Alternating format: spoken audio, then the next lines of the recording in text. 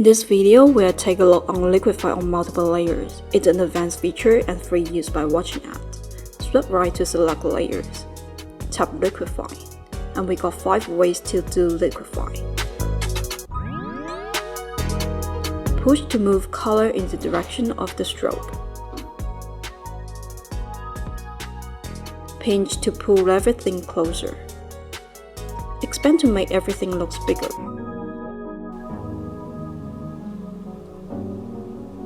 Rotation to make the color twist around the stroke from left or right.